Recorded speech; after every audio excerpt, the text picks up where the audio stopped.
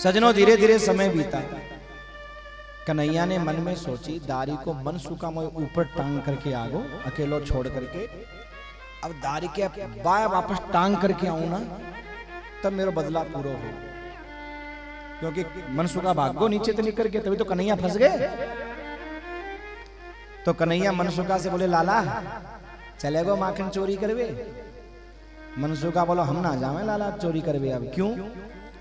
तैने हमारे संग कहा करी है, सबन को माखन खिलायो हमें भूखो ही रख दियो तैने, हम ना जाओ तेरे साथ में खावे बस। कन्हैया ने मन में सोची जा लेके तो जानो है और सबक भी सिखानो है। कन्हैया बोले देख लाला अब ऐसो करियो हम घोड़ा बनेंगे, तू ऊपर चढ़ियो, सबसे पहले तू ही खाइयो चल, बाद में सबन को दियो। अब तो चले वो? मनसुखा बोलो हाँ अब चलेंगे चल। कन्हैया बोले बेटा चल तो सही, तू कैसे भी चल। मनसुखा बड़ो खुश है रो, आज पहले मैं खाऊंगा बाजे ना पता तेरो बाप का करवे बार वो तेरे साथ आज। सजनों कन्हैया आज चोरी करवे के ताई गोपी के यहां गए तो जा गोपी ने कहा कि ओ मटकी के नीचे अपनी ददिया सास को सुला दियो। ददिया सास जाके मुंह में दांत नहीं, पेट में आंत नहीं, सबरे खराब है रखी, घुस हो रही मटकी के नीचे। कन्हैया गए, गोप ग्वाल बोले लाला आज तो सफल ना है सके, खाली लौटना पड़ेगा। क्यों? बूढ़ी मैया सो रही है। कन्हैया बोलो भैया खाली तो ना जावे, कछु तो उपाय करेंगे। कहा करेगो? बोले कछु करेंगे।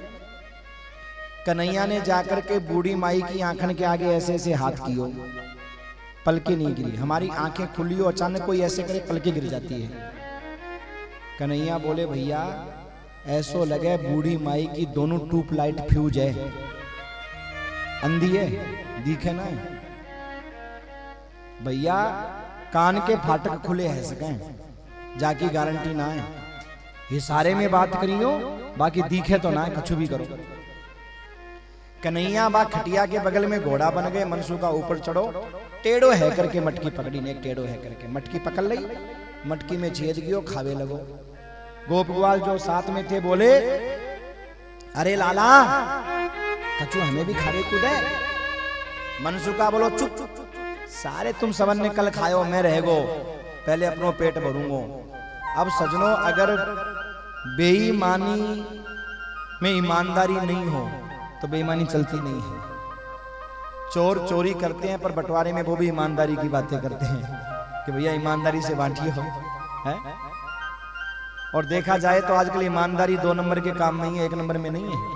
चाहे तुम्हारे पास कितने भी कागज पूरे हों पर अधिकारी के पास जाओगे तो कुछ न कुछ तो 2 नंबर ऊपर से लेगा ही लेगा।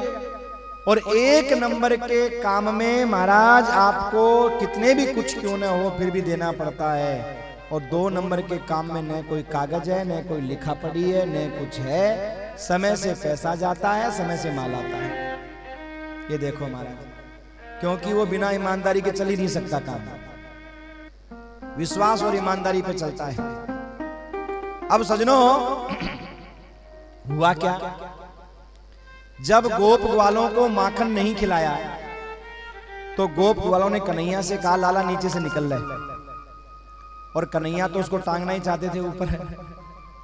सो महाराज वो मनसुखा जो मटकी पकड़ के खड़ा है, कन्हैया नीचे से निकल गई और निकलते ही झूल गया वो मटकी को पकड़ के। ऐसे नीचे कूदे तो बूढ़ी माई, समस्या आफत, कहां कूदे नीचे, बूढ़ी माई सो रही है।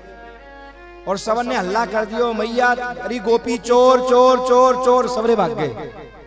मनसुखा टंगो रह गो मटकी पे, कैसे तैसे मटकी की डोरी रस्सी पकड़ के और मटकी के ऊपर जाके बैठ गो। नीचे तो कूद ना सके, मैया है नीचे तो। अब सजनों देखो क्या घटना घटी उसमें। नीचे कौन सो रही थी?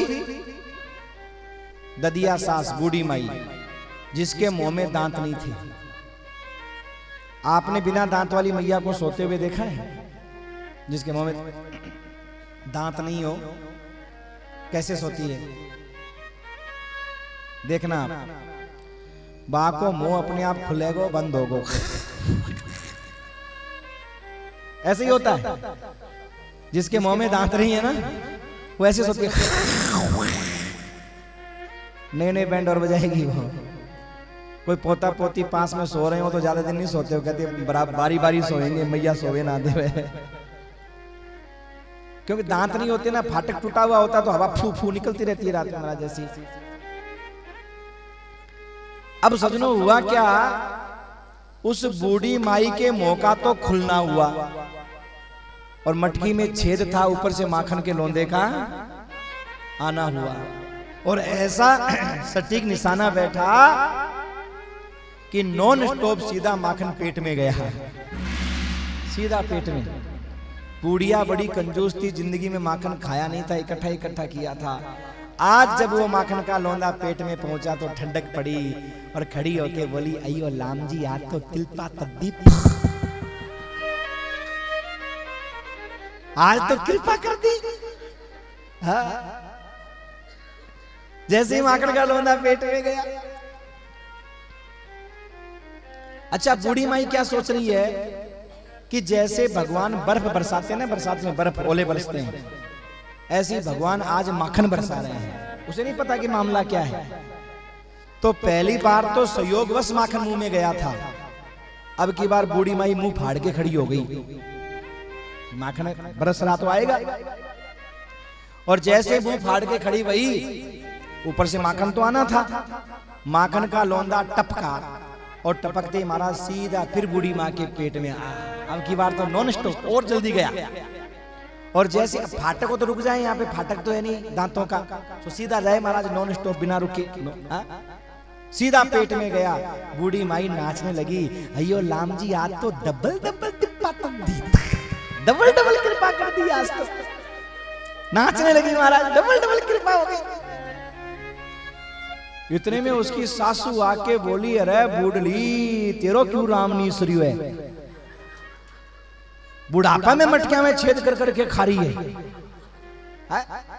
अरे तेरी क्यों बुद्धि मारी गई जो तू बुढ़ापे में मटकी में छेद करके माखन खा रही है?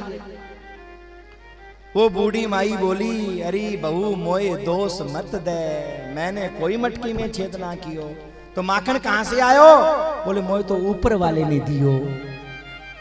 अब वो तो कह रही है ऊपर वाले भगवान ने दियो, और मटकी के ऊपर बैठा था मनसुखा। मनसुखा ने मन में सोची, कन्हैया तो कह रहा था कि इसकी दोनों फूटी हुई है, इसको कैसे दिखाई दिया कि मटकी में छेद में नहीं किया? मनसुखा बोलो, अरे गोपी मैं अकेलो ना हूं, मेरे साथ और भी है। गोपी बोली, तू आजा नीचे, पहले तू आ। और नीचे उतार करके महाराज दे थप्पड़ दे थप्पड़ दे थप्पड़, बिना खाए पिए गाल मोटे मोटे लाल है गए। और मनसुखा जब घर से बाहर गयो, गोपी के तो कन्हैया वहीं खड़े। जयराम जी की मनसुखा कैसी रही है आज? है भाभी ने खूब सेवा करी भैया, बिना आज तो तेरे गाल लाल लाल है रहे, खूब खवायो पियायो भाभी ने तो। बड़ी अद्भुत अद्भुत नटखट नटखट लीला मेरे प्रभु कर रहे हैं सजनों। बड़ी सुंदर माखन चोरी की लीला भगवान की यहाँ वर्णन की गई है। माखन चोरी का मतलब है माख न, माख माने क्रोध, न माने नहीं, अर्थात जिस हृदय में क्रोध नहीं होता उस हृदय रूपी मक्खन को भगवान चुरा लेते हैं। बस यही माखन चोरी है। एक दिन की बात है, परीक्षित एकदा क्रीडमानास्ते रामाद्या गोपदार कहा, कृष्णो मृदम भक्षितवान्